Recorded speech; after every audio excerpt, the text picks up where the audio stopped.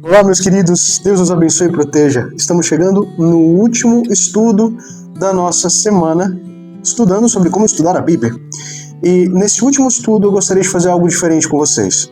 Até aqui nós entendemos quais são as técnicas para nós estudarmos a Bíblia e conseguimos nos aprofundar nela.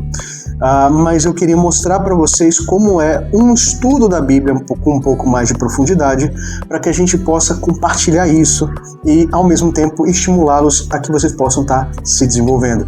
Então, eu vou pegar um grande tesouro que está escondido nas páginas da Bíblia e nós vamos escavá-lo juntos para que isso possa servir de, evidência prática de como é que nós podemos fazer para estudar e nos aprofundar e como a Bíblia contém tesouros que estão ocultos. E para fazermos isso, como nós aprendemos ao longo da semana, vamos começar pedindo ao Senhor, pelo Espírito Santo, para que Ele possa nos orientar no estudo de hoje, tá bom?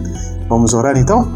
Querido Santo Eterno Deus, obrigado porque o Senhor nos protege e nos guarda neste momento, nesse estudo que vamos usar como caso de uso para mostrar os tesouros escondidos dentro da Bíblia, que o Senhor possa orientar, abrir a nossa mente e ao mesmo tempo o nosso coração, para que entendamos e sintamos sede da Tua Palavra e possamos escavar por nós mesmos para que possamos encontrar ainda mais tesouros escondidos, para que o Senhor seja honrado e glorificado em nome de Jesus o Cristo.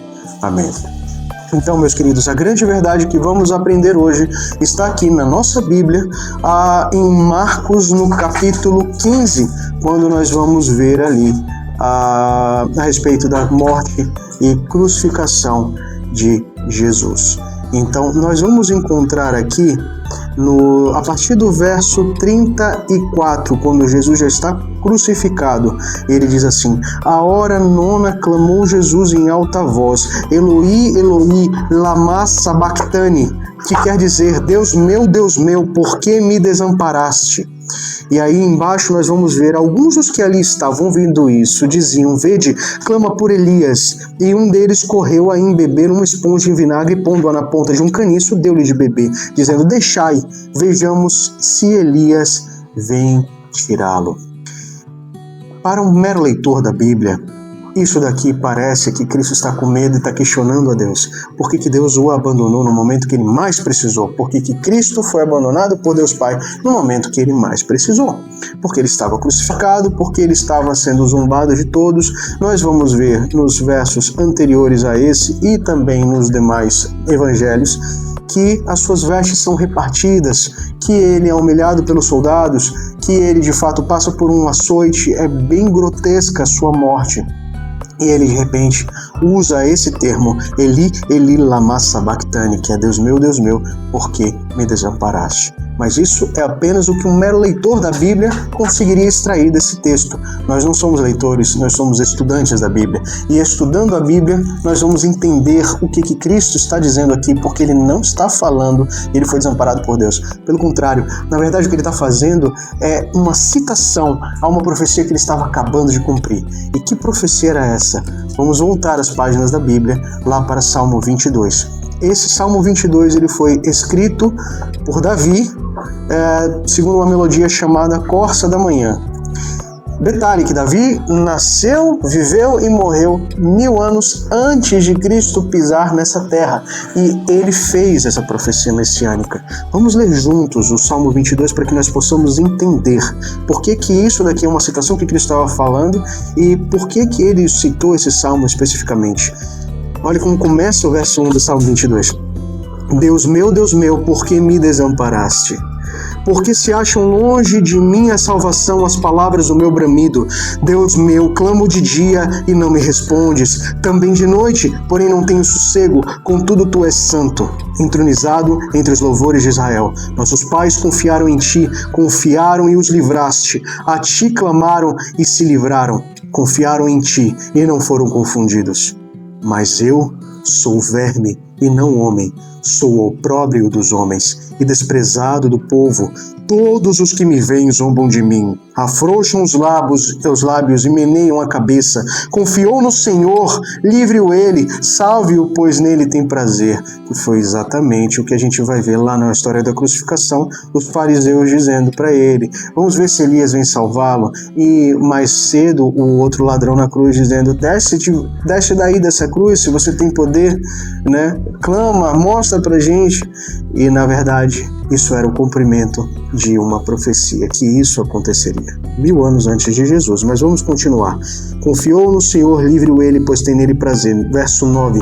Contudo, tu és que me fez nascer, me preservaste, estando ainda no seio da minha mãe. A ti me entreguei desde o meu nascimento, desde o ventre de minha mãe. Tu és meu Deus. Isso é uma entrega que Cristo está fazendo. Ele está referenciando esse salmo para falar sobre sua própria vida, para dizer que ele está cumprindo essas palavras e que ele está se entregando e cumprindo aquilo a qual ele foi designado a fazer.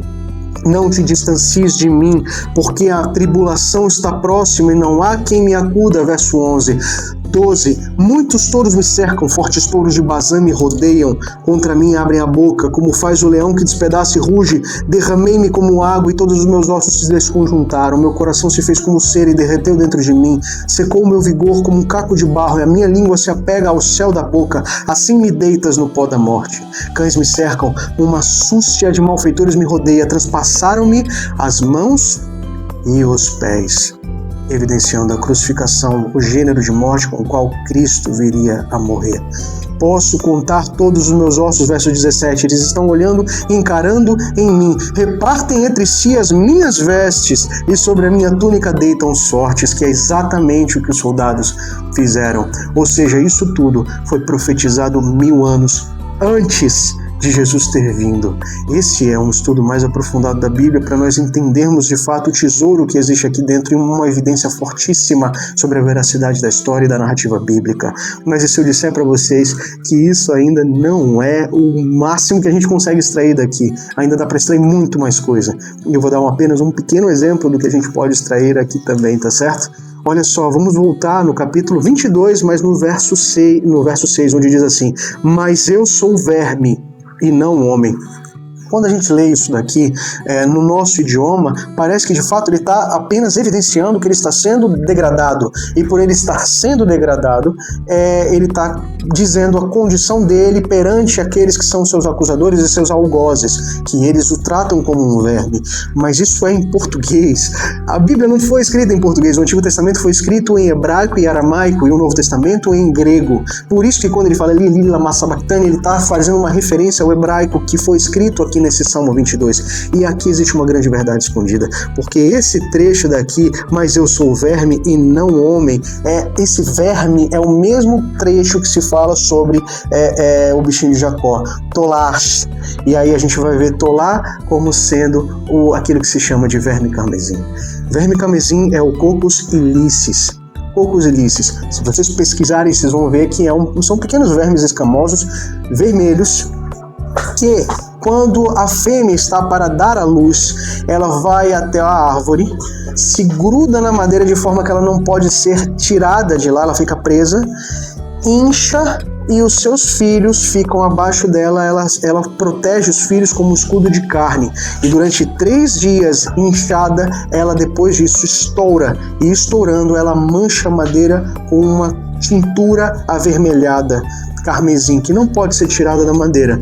Inclusive, esse verme era utilizado no passado para pegar a pigmentação para fazer a tinta vermelha, que é uma tinta extremamente cara. Então a produção dessa tinta era feita através desse vermezinho. Mas por que eu estou explicando isso para vocês? Porque depois de algum tempo, essa tinta vermelha, por reação química, ela se torna branca.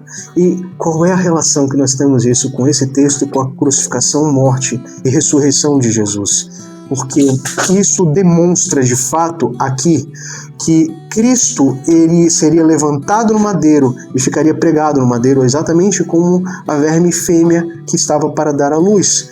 Por 3 dias ele ficou morto e no 3º dia ele ressuscitou. E o seu sangue nos lava e nos torna branco como a neve.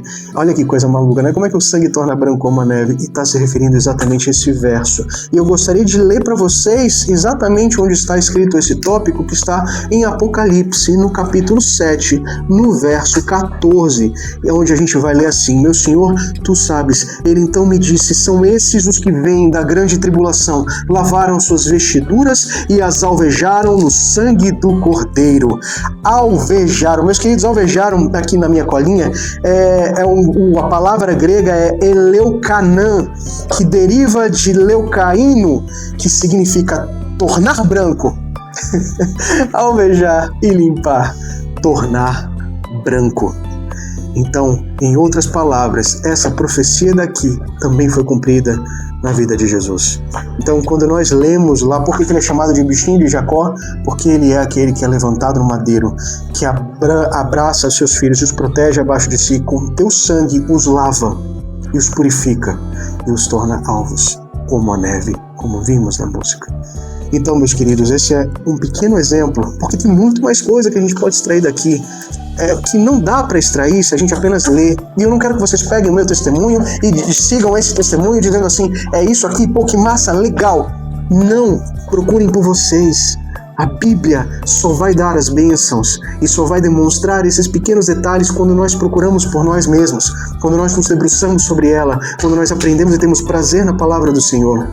E aí é que entra tudo aquilo que conversamos ao longo dessa semana, é que entra de fato você dedicar tempo, você dedicar um local especial para ele, você dedicar atenção, você estudar o contexto cultural, você estudar as profecias, você fazer as correlações entre o Antigo e o Novo Testamento, porque nós vamos ver lá em Mateus 5 que Cristo disse, não penses que vim revogar as Escrituras, eu não vim para revogar, eu vim para cumprir. Então a Bíblia toda ela é completa e nos apresenta de fato em sua completude o caminho para chegarmos a Cristo. E quando chegamos a Ele, nós literalmente aprendemos dele, entendemos quem Ele é, nos maravilhamos com as suas verdades e com a profundidade da sua palavra e somos transformados à sua imagem e semelhança. Esse, meus queridos, essa é a forma correta de estudarmos a Bíblia. Eu espero que vocês tenham gostado e eu quero ouvir de vocês o testemunho que vocês terão para dar sobre as verdades que irão escavar por vocês mesmos, porque eu posso dizer que todos aqueles que ouvirem esse meu chamado e aceitarem esse desafio vão conseguir escavar verdades muito mais profundas e maiores do que essas que eu apresentei para vocês. Que Deus os abençoe, cuide de vocês com amor e carinho, e nós nos vemos no próximo estudo que começa amanhã, em nome de Jesus.